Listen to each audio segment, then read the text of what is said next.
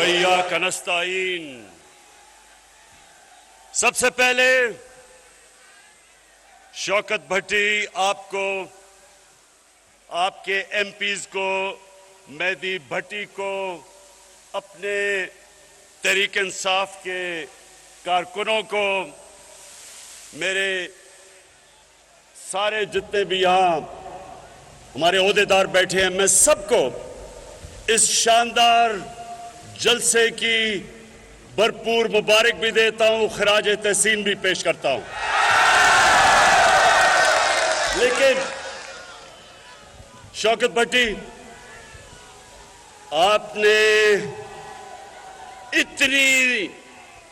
اتنی بڑی لسٹ پیش کر دی، لگتا ایسے ہے کہ آپ ایک ہی سال میں حافظ آباد میں وہ کام کروانا چاہتے ہیں جو 70 سال میں نہیں ہوئے۔ لیکن انشاءاللہ دیکھیں، سب سے پہلے تو میرا حافظ آباد کے لوگوں آپ سے وعدہ ہے کہ انشاءاللہ جب ہمارے 5 سال مکمل ہوں گے، میرا وعدہ صرف حافظ آباد آپ سے نہیں ہے، میرے سارے پنجاب کے لوگوں سے ہے کہ پاکستان کی تاریخ میں ان 5 سالوں میں جو ہم ڈیولپمنٹ کا کام کریں گے، اس ساری ملک کی تاریخ میں اتنا کام نہیں ہوا ہوگا جو انشاءاللہ پنجاب میں ہم آپ کو کر کے دکھائیں گے۔ اب میں حافظ آباد کے نوجوانوں، میں آپ کا سب کا جنون دیکھ رہا ہوں، میں یہ چاہتا ہوں ابھی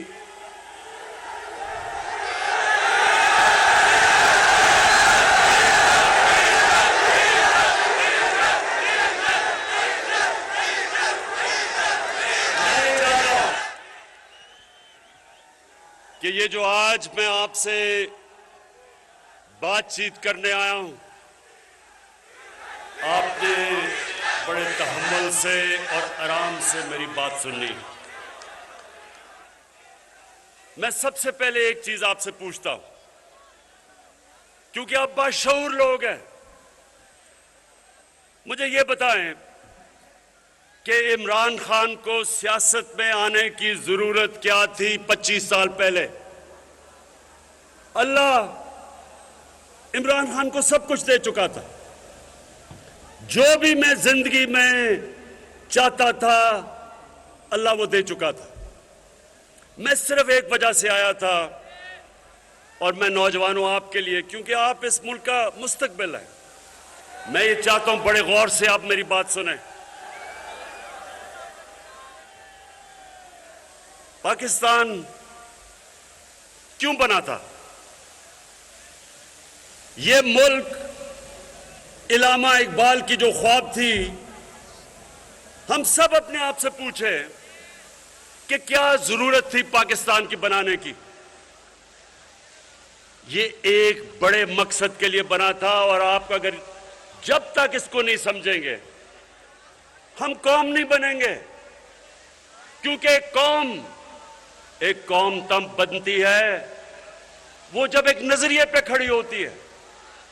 نظریے کے بغیر قوم نہیں بن سکتی، وہ ایک عوام کا ہجوم ہوتا ہے، اس کے اندر کبھی آپ سنیں گے کہ جاگ پنجابی جاگ، کبھی آپ سنیں گے سندھو جیش، کبھی پختونستان، کبھی بلوچستان کی آزادی کی تحریک، کیونکہ جب تک میری قوم کو مقصد نہ پتہ چلے پاکستان بنانے کا، ہم قوم نہیں بن سکتے۔ اور جب ایک قوم اپنے نظریے سے ہٹتی ہے، میرے پاکستانیوں، وہ قوم تباہ ہو جاتی ہے۔ ہم نے ایک عظیم قوم بننا تھا، نہیں بنے، اور آج میں آپ سب کے سامنے پہلے تو یہ رکھتا ہوں کہ نظریہ تھا کیا پاکستان کا؟ نظریہ پاکستان کا علامہ اقبال نے بڑا واضح کیا تھا کہ ہم نے وہ ریاست بننی تھی جہاں ساری قوم نے اکٹھا ہونا تھا اس نظریے پہ جو نظریہ ہمارا نبی صلی اللہ علیہ وسلم کا تھا، اور انہوں نے ایک ریاست بنائی تھی، مدینہ کی ریاست۔ وہ کیوں اللہ ہمیں کہتا ہے کہ اپنے نبی کی سنت پہ چلو؟ کیونکہ وہ مدینہ کی ریاست کے اوپر کئی صدیوں تک مسلمانوں نے دنیا کی امامت کی۔ جیسے جیسے وہ ان اصولوں سے پیچھے ہٹتے رہے، مسلمان نیچے آتے رہے۔ تو میرے نوجوانوں، میں نے فیصلہ کیا کہ میں اپنی قوم کو اس کی تربیت کے لیے ایک اتھارٹی بناؤں جس کا نام رحمت للعالمین اتھارٹی ہے۔ اس کا مقصد کیا ہے؟ اس کا مقصد اپنے نوجوانوں کو، اپنے اسکول کے بچوں کو، سب کو بتانا کہ ہمارے نبی صلی اللہ علیہ وسلم کی سیرت کیا تھی، ان کا راستہ کیا تھا۔ سب سے پہلے آپ نے ایک چیز سمجھنی ہے کہ ان کو رحمت للعالمین کیوں کہتے تھے؟ کیونکہ اللہ نے کہا تھا وہ سب انسانوں کے لیے، صرف مسلمانوں کے لیے نہیں، سب انسانوں کے لیے رحمت بن کے آئے تھے۔ انہوں نے مدینہ کی ریاست میں انسانوں کو اکٹھا کیا تھا۔ اس میں عیسائی بھی تھے، اس میں یہودی بھی تھے، اس میں کافر بھی تھے۔ ان سب کو انہوں نے انسانوں کو اکٹھا کیا تھا ایک نظریے پہ، اور وہ نظریہ یہ تھا مدینہ کی ریاست میں کہ سب سے پہلے ریاست میں عدل اور انصاف ہوگا۔ ریاست انسانوں کو ایک ہی قانون سب انسانوں کو رکھے گی، یعنی کہ طاقتور اور کمزور ایک ہی قانون کی حکمرانی، انصاف۔ دوسرا ریاست میں اصول تھا انسانیت، فلاحی ریاست، دنیا کی تاریخ کی پہلی فلاحی ریاست بنی تھی۔ اور تیسری خودداری، کہ وہ ریاست ایک آزاد ریاست تھی۔ اور ان تینوں کے اوپر بھی میں بات کروں گا، لیکن انہوں نے اس سے عوام کے لیے اللہ نے مدینہ کی ریاست میں جو قرآن کی آیت تھی، امر بالمعروف ونہی عن المنکر،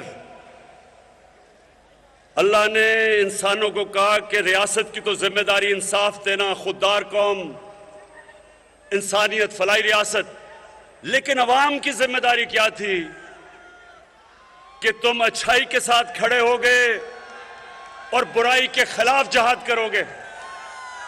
یہ سمجھ جائیں کہ اللہ نے انسان کو یہ اجازت نہیں دی تھی کہ ایک طرف برائی ہو رہی ہو اور آپ انسان کہے جی کہ میں تو کسی کی طرف بھی نہیں ہوں۔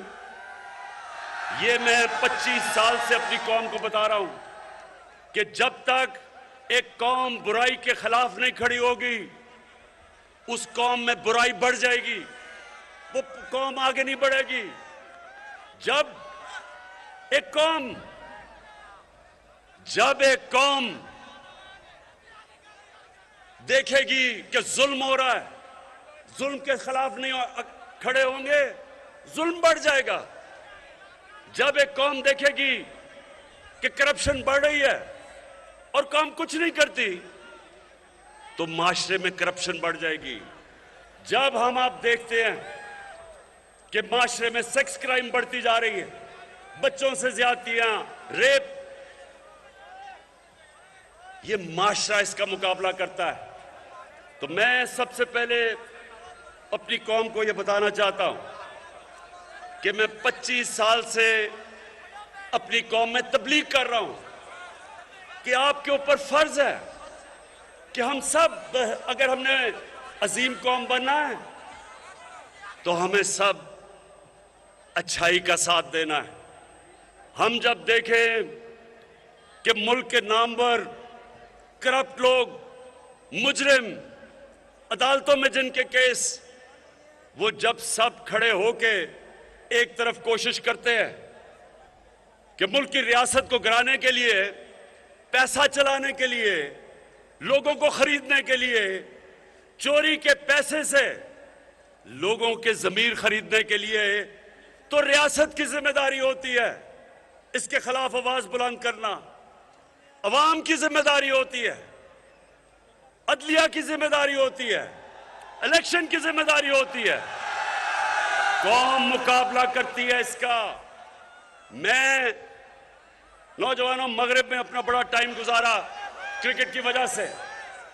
آپ یقین کریں کہ ان کی جمہوریت کے اندر کسی کی جرأت نہیں ہو کہ وہ کسی ایم پی کے اوپر، ممبر آف پارلیمنٹ کا ضمیر خریدنے کی کوشش کرے۔